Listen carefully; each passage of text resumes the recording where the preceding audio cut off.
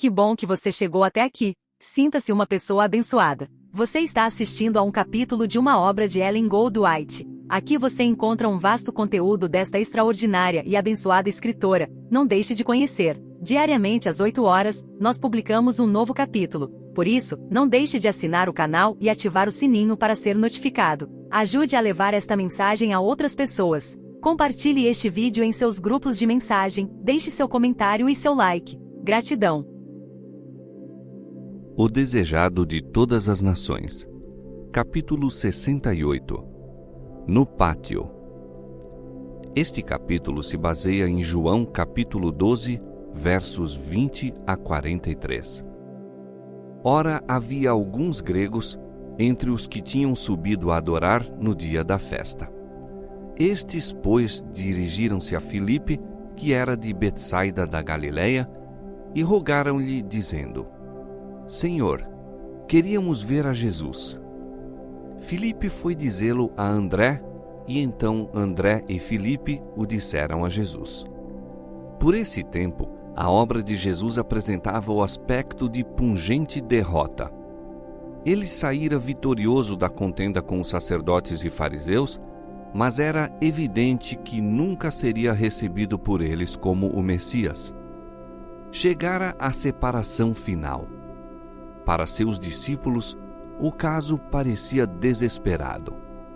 Mas Cristo aproximava-se da consumação de sua obra. O grande acontecimento, de interesse não somente para a nação judaica, mas para o mundo inteiro, estava prestes a se realizar.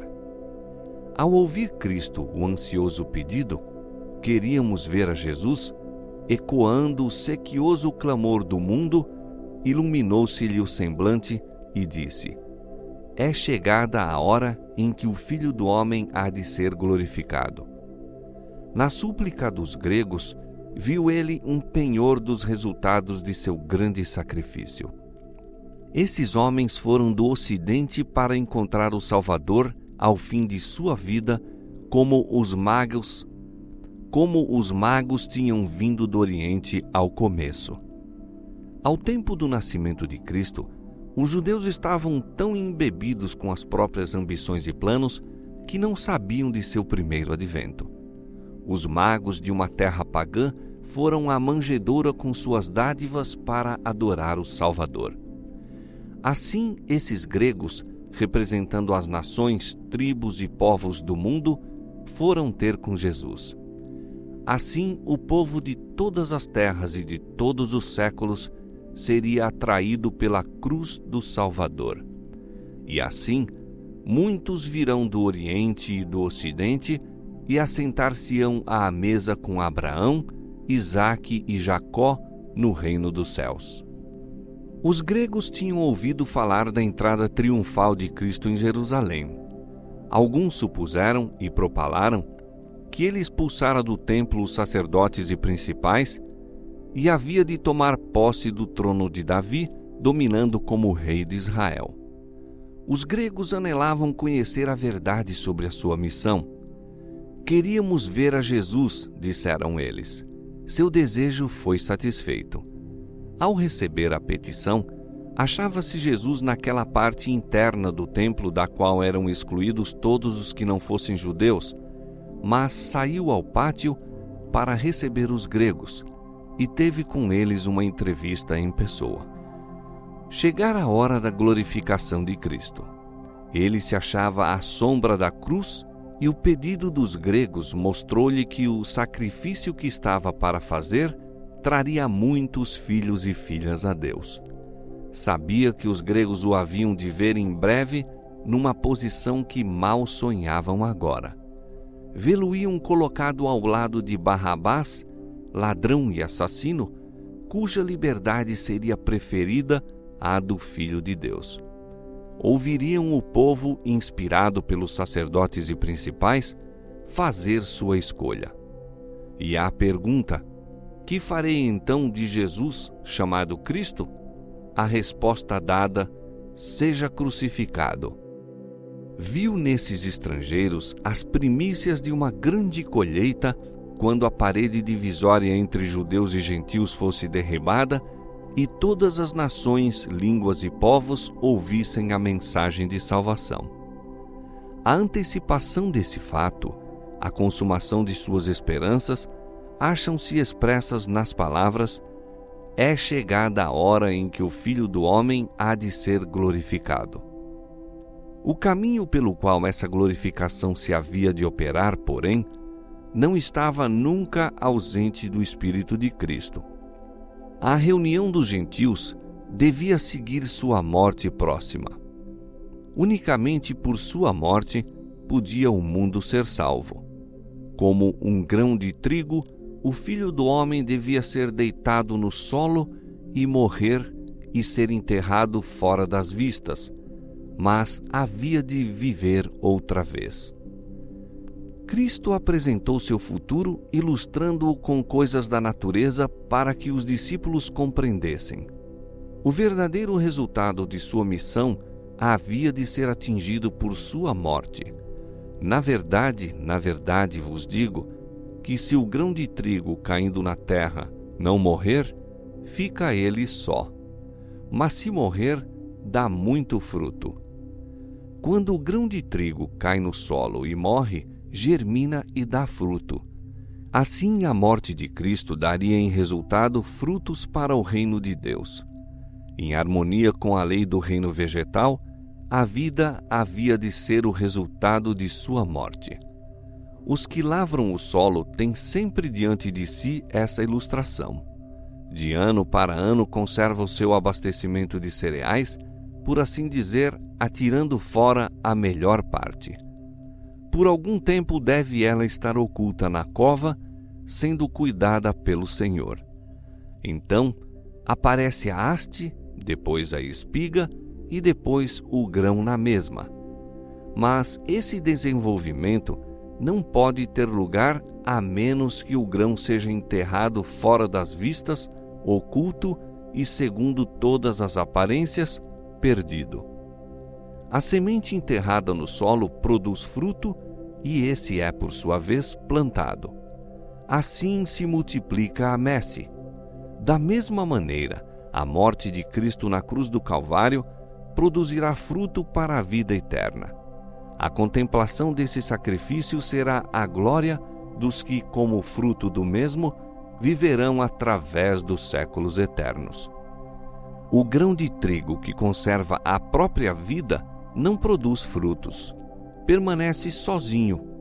Cristo poderia, se preferisse, salvar-se da morte, mas fizesse-o e permaneceria só. Não poderia levar filhos e filhas a Deus. Unicamente entregando a própria vida, podia ele comunicar vida à humanidade. Só caindo no solo para morrer, se poderia tornar a semente daquela vasta colheita a grande multidão redimida para Deus dentre toda a nação e tribo e língua e povo. A esta verdade liga Cristo a lição de sacrifício que todos devem aprender. Quem ama a sua vida, perdê-la-á, e quem neste mundo aborrece a sua vida, guardá-la-á para a vida eterna. Todos quantos desejam produzir frutos como coobreiros de Cristo, devem cair primeiro no solo e morrer. A vida deve ser lançada na cova da necessidade do mundo. O amor próprio, o próprio interesse devem perecer. E a lei do sacrifício é a lei da conservação da vida. O lavrador conserva seus cereais lançando-os fora, por assim dizer. O mesmo quanto à vida humana. Dar é viver. A vida que há de ser conservada é a que se dá abundantemente em serviço para Deus e o homem. Aqueles que sacrificam a existência por amor de Cristo neste mundo, conservá-la-ão para a vida eterna. A vida gasta para o próprio eu é como o grão que se come. Desaparece, mas não há aumento. Junte o homem para si tudo quanto pode. Viva, pense e faça planos para o próprio proveito, Sua vida passará, no entanto, e ele nada terá. A lei do serviço do próprio eu é a lei da destruição de si mesmo. Se alguém me serve, disse Jesus, siga-me, e onde eu estiver, ali estará também o meu servo. E se alguém me servir, meu Pai o honrará. Todos quantos carregam com Cristo a cruz do sacrifício, partilharão com ele de sua glória. A alegria de Cristo, em sua humilhação e dor, era que seus discípulos fossem glorificados com ele. Eles são o fruto de seu sacrifício, a formação neles de seu próprio caráter e espírito, eis sua recompensa, e será por toda a eternidade a sua alegria. Esta alegria, eles, os discípulos, partilharão com ele ao ser visto em outros corações e outras vidas o fruto de seus labores e sacrifícios. São coobreiros de Cristo, e o Pai os honrará como honra seu Filho. A mensagem dos gregos, prenunciando como fazia a reunião dos gentios, trouxe à mente de Jesus sua inteira missão.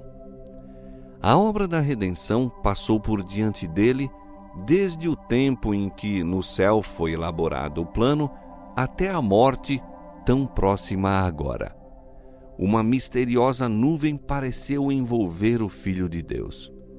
Sua sombra foi sentida pelos que o rodeavam. Ele quedou absorto em seus pensamentos.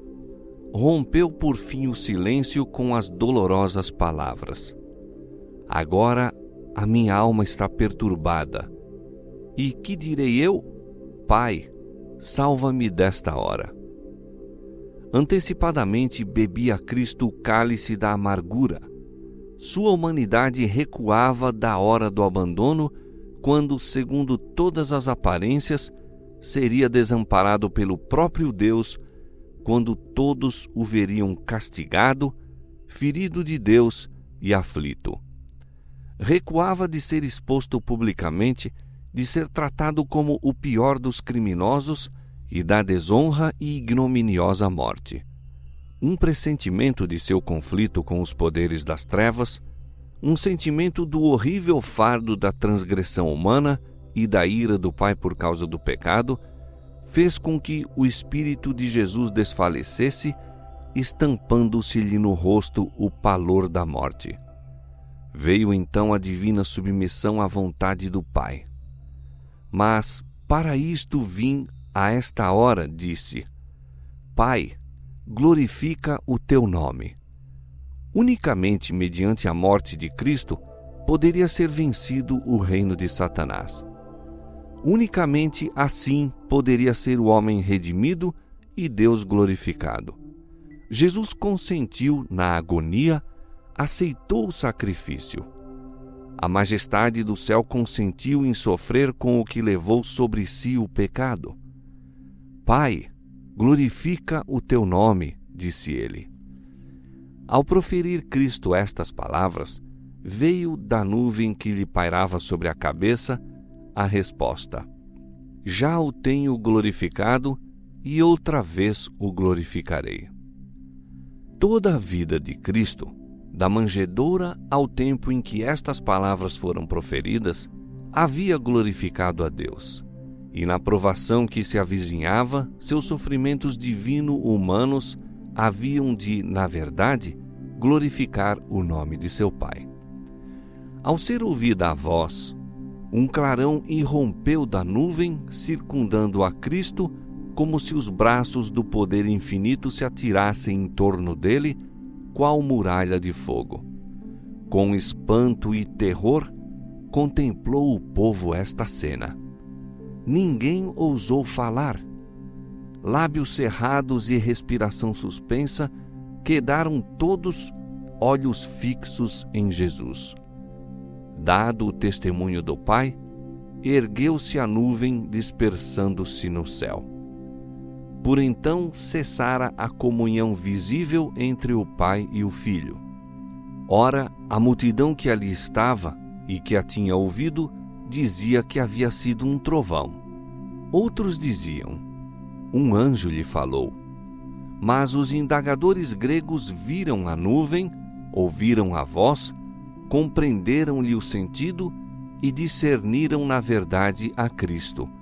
Foi-lhes revelado como o enviado de Deus. A voz de Deus se fizera ouvir no batismo de Jesus, ao princípio de seu ministério, e outra vez no Monte da Transfiguração. Agora, ao fim desse ministério, era ouvida pela terceira vez por maior número de pessoas e sob circunstâncias especiais.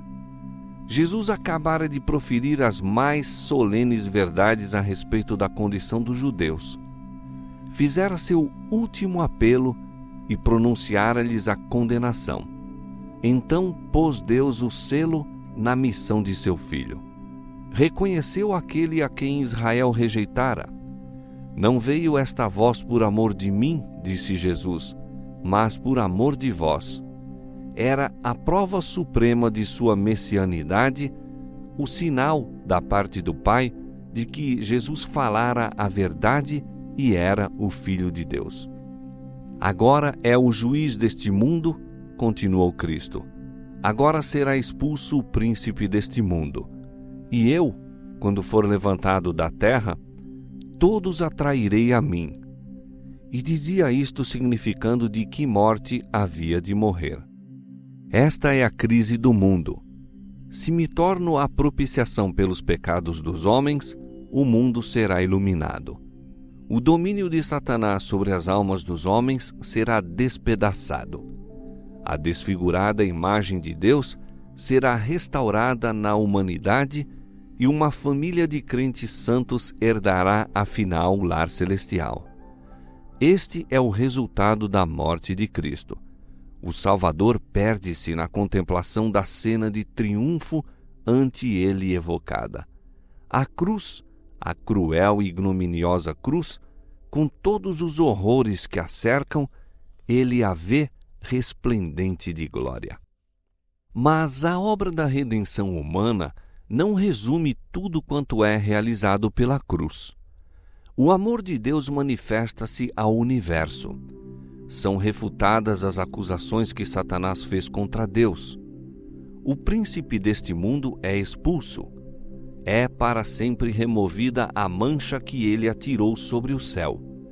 Os anjos, da mesma maneira que os homens, são atraídos para o Redentor. E eu, quando for levantado da terra, disse, todos atrairei a mim. Muita gente estava aglomerada em volta de Cristo ao proferir ele estas palavras, e um disse, nós temos ouvido da lei que o Cristo permanece para sempre.